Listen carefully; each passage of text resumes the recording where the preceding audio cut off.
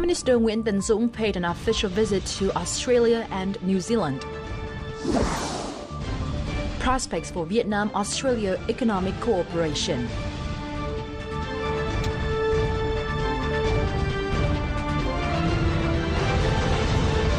Hello, this is Linh Hương from Hanoi and welcome to Bizline, brought to you by VTV International. As usual, we'll start with several economic highlights for the past week.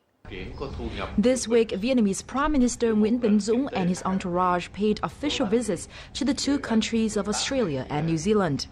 On Friday morning, Dũng gave a speech at the Vietnam-New Zealand Business Dialogue in Auckland City. Speaking in front of nearly 100 businesses from the two nations, he shared the prosperity and potential Vietnam's economy holds and the opportunities for economic cooperation. Prime Minister Dũng said the Vietnamese government advocates and facilitates New Zealand investment in their areas of expertise. In terms of agriculture, the Prime Minister encouraged New Zealand businesses to strengthen cooperation and investment in this field in Vietnam, especially technological transfer, agriculture processing and agricultural services. Two-way trade turnover between Vietnam and New Zealand stood at $900 million in 2014. Prime Minister Dũng agreed with his New Zealand counterpart John Key to double this turnover in 2020. Starting from this Monday, March 16th, electricity prices in Vietnam was increased by 7.5% to 1,622 Vietnamese dong, or 7.7 US cents per kilowatt hour. This price increase is supposed to prevent the state-owned Electricity Vietnam from making losses. Part of the increased revenue will be used to compensate for the loss accumulated from the past recent years due to exchange differences, which now amounts to nearly 8 trillion dong or $373 million.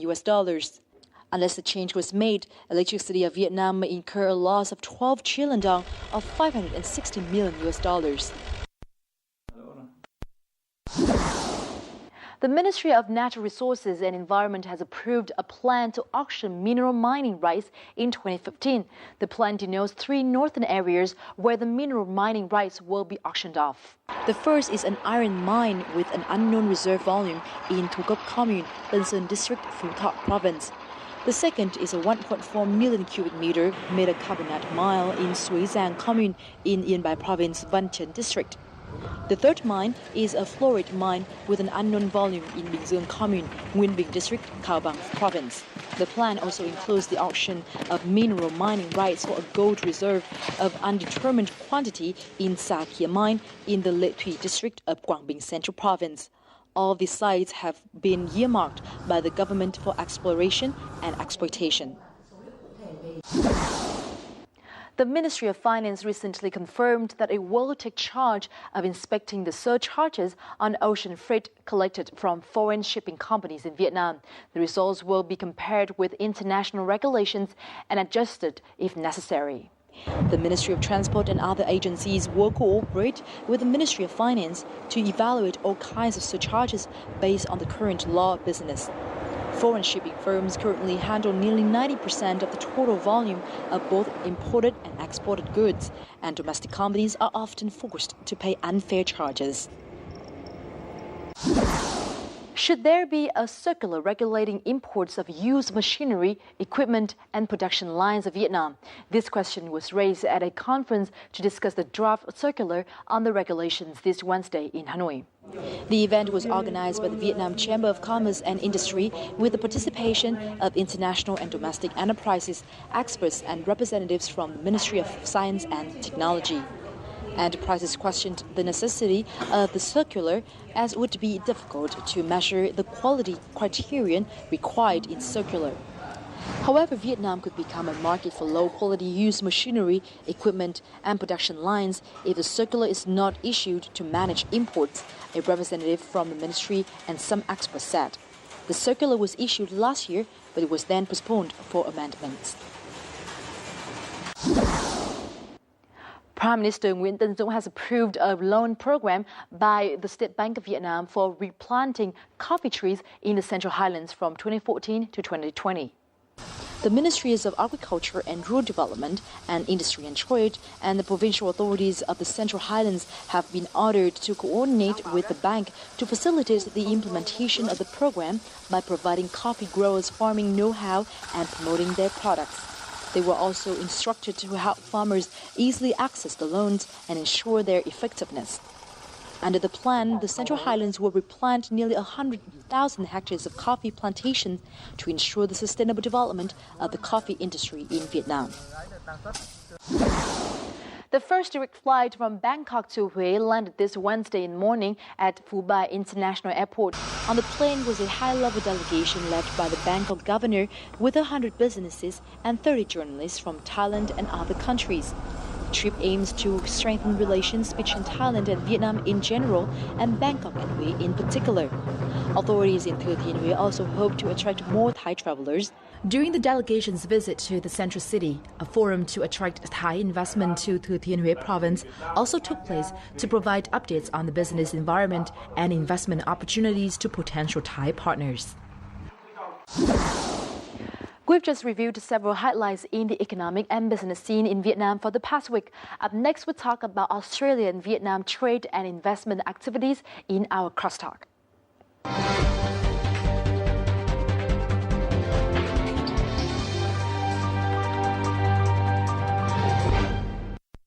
Prime Minister Nguyễn Tấn Dũng paid an official visit to Australia on March 17th and 18th this week.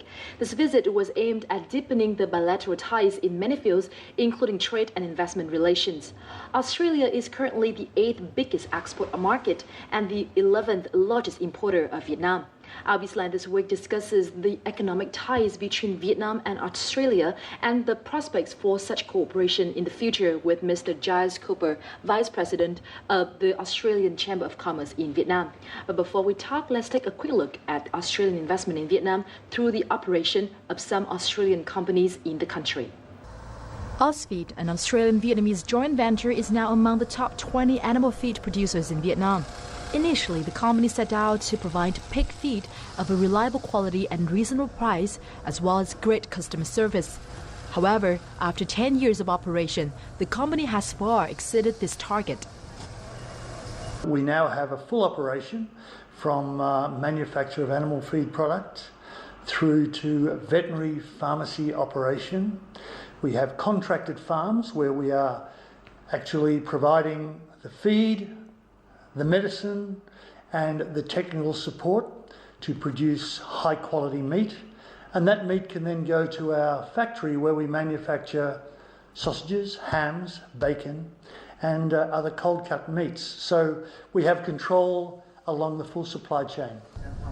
Ausfeed applies international standards to everything it does, using the highest quality equipment available. The company is planning to build another animal feed mill in the south, following the success of its mills in Hưng Yên and the central city of Quy Nhơn.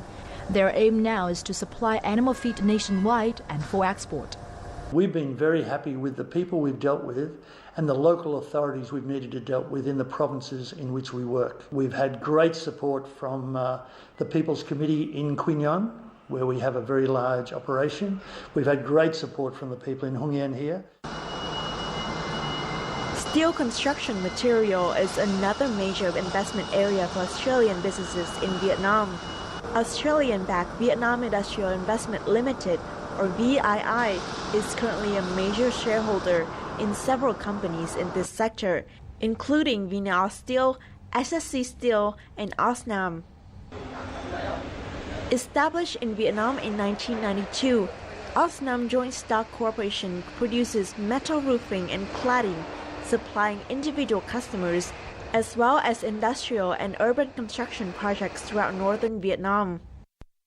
Thì trong cái giai đoạn đầu khi mà chuyển giao cái công nghệ từ Australia, thì công ty chúng tôi cũng được phía đối tác bạn hỗ trợ rất nhiều trong cái việc là đầu tư máy móc thiết bị, chuyển giao công nghệ. Và trong 10 năm đầu thì phía đối tác bạn là cũng có trực tiếp tham gia điều hành sản xuất và kinh doanh. Hiện nay mình có một cái hệ thống của các cái công ty của VI, cái việc nó hỗ trợ Osnam trong việc mà mở rộng thị trường của mình, không chỉ giới hạn trong các cái doanh nghiệp Việt Nam. Và thứ hai nữa là VI cũng là một cái công ty mà đầu tư ở nhiều nơi khác. Đây cũng là cơ hội để cho Osnam tham gia vào cái việc mà cùng với đầu tư của VI ở những nơi khác và cả những thị trường khác ngoài Việt Nam nữa. Osnam Metal Roofing and Cladding Products use Australian technology and raw materials imported from a third country. SK Networks, the second largest conglomerate in the Republic of Korea, has been supplying steel materials for Osnam for the past 2 years. Osnam is very famous company, one of the most famous roofing and walling maker in Vietnam. Especially Osnam is joint venture between Australia and Vietnam. Vietnam is very growing country and prospective country, especially on steel field, steel industry. And Australia is already mature country on steel business. Joint venture between two countries, Australia and Vietnam, should be good combination. Ausfit and Osnam are among examples of Australian investment into Vietnam, which stood over $1.65 billion by the end of 2014. Australia now ranks 19th among 101 countries and territories investing in Vietnam, primarily in manufacturing, construction services, education, processing, and aquaculture, forestry, fisheries. Well, Mr. Giles Cooper, thank you very much for agreeing to our interview. Thank you, Ron. Well, first of all, what can you say about the strengths and weaknesses of Vietnam's business environment? I think everything is going in the right direction. Vietnam over the last 20-odd years has embarked on a very deliberate attempt, a focused effort to transform its economy, to integrate into the international community, and has done very well. In particular, I think its accession to the WTO in 2007 resulted in dramatic increase in both access for foreign investors, confidence for them to do business here with revamped laws at that time, and I think it's been a very positive thing. More recently, in the end of last year, there were new investment and enterprise laws passed that will take effect in July this year.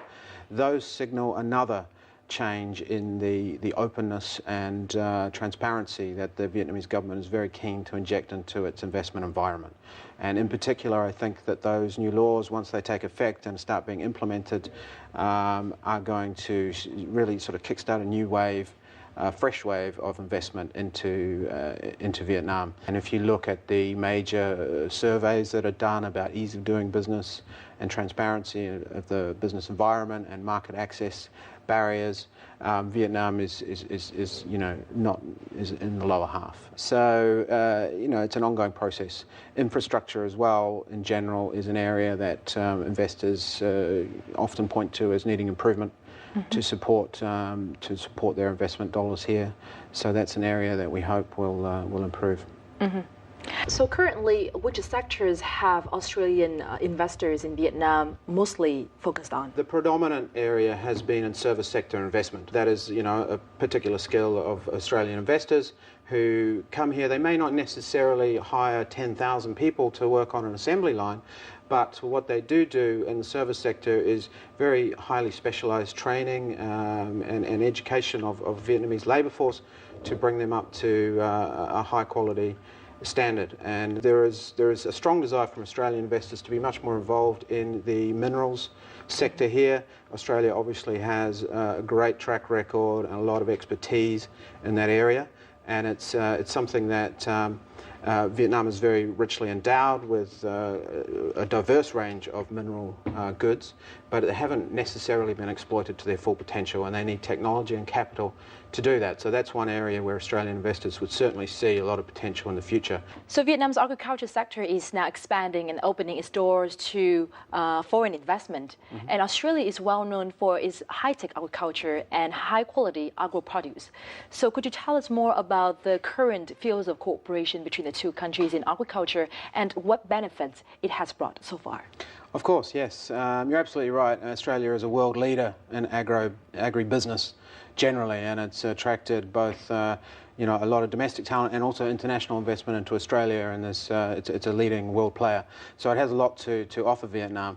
And in fact, a lot of Australia's aid investment in Vietnam has targeted the development of an agribusiness sector here in Vietnam.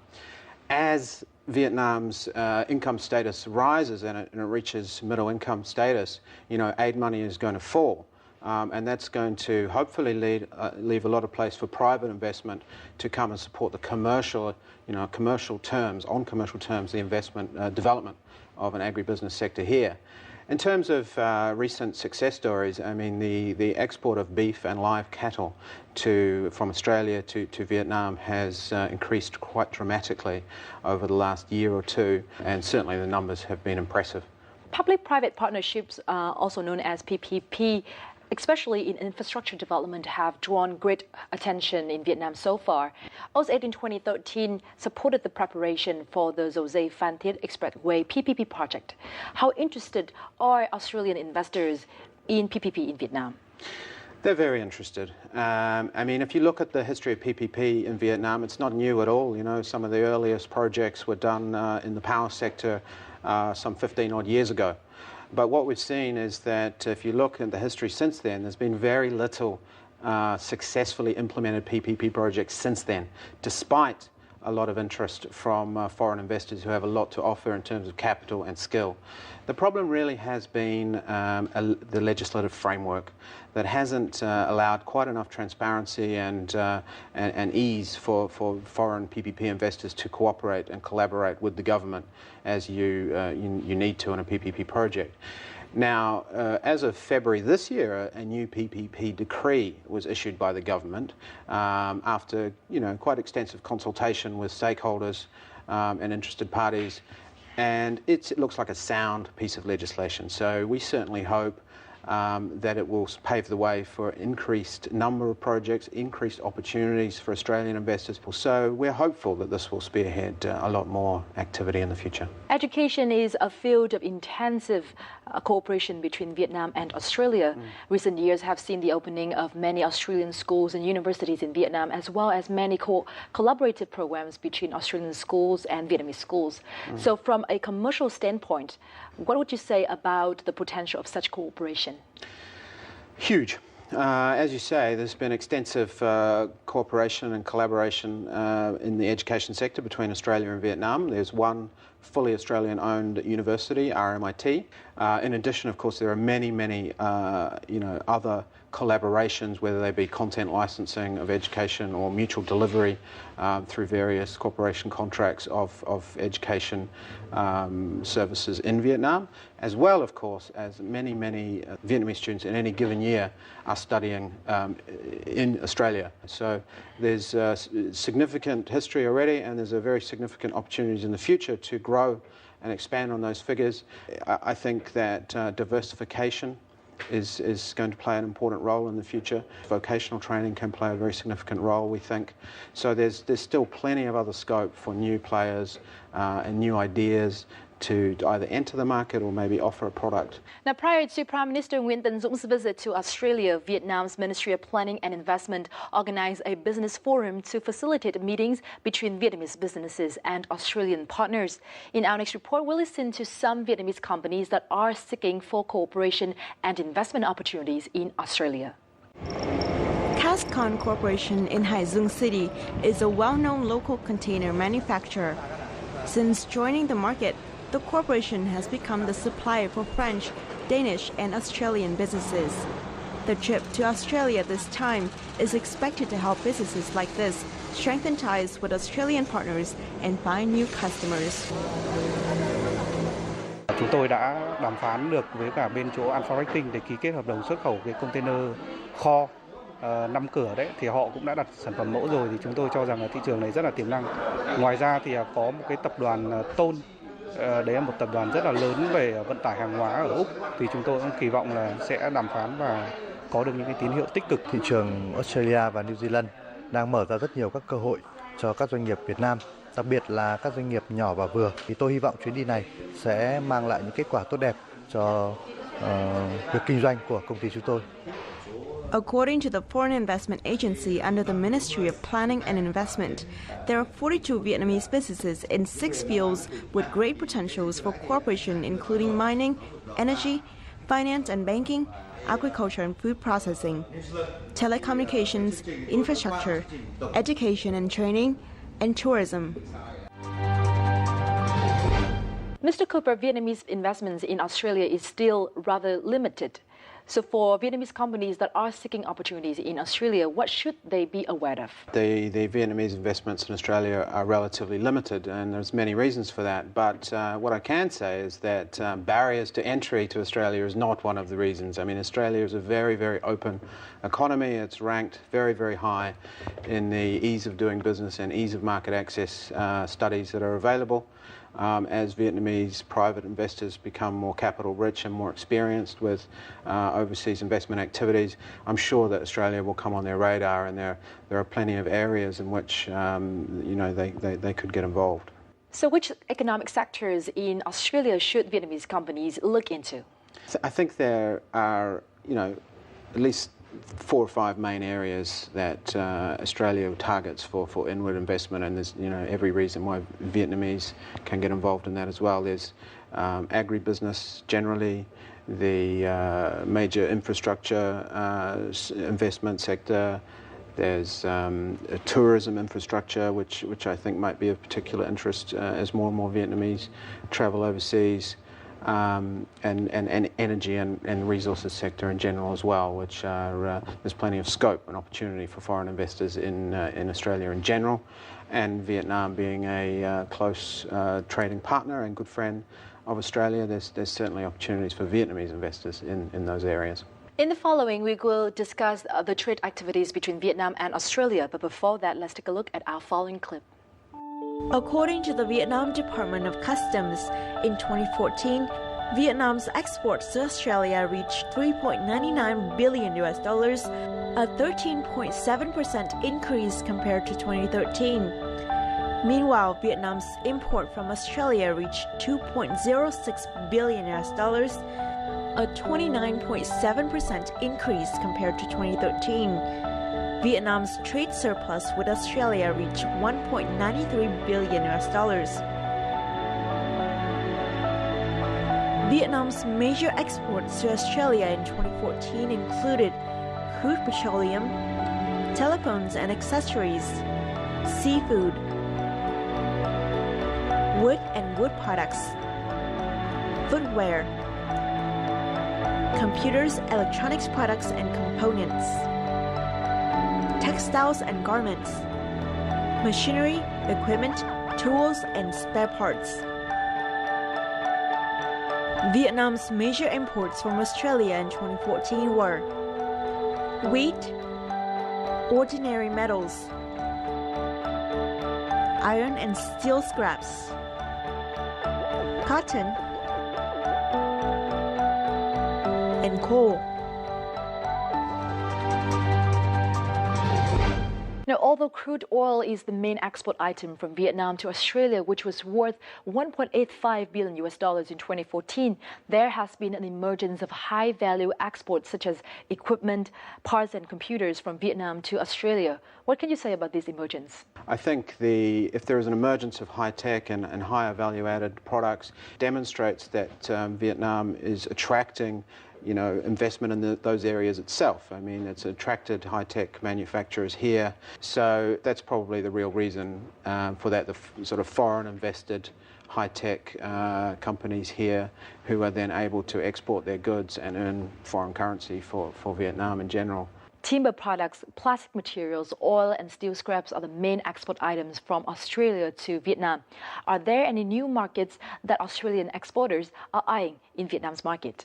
Certainly. I mean, there's always new opportunities that are being looked at, and in fact, of course, Prime Minister Zulton had just took a significant delegation, both government and commercial delegation, down to Australia to share ideas and to look at opportunities for two-way trade. As I said before, I think Australia, particularly looking at trade and services with Vietnam, there's a lot of specialty niche talent and expertise in Australia that Vietnam can benefit greatly from. Besides being a member of the ASEAN, Australia and New Zealand Free Trade Agreement, Vietnam is also negotiating for the Trans-Pacific Partnership, also known as the TPP. How do you think that TPP will affect Vietnam and Australia's trade and investment activities in the near future?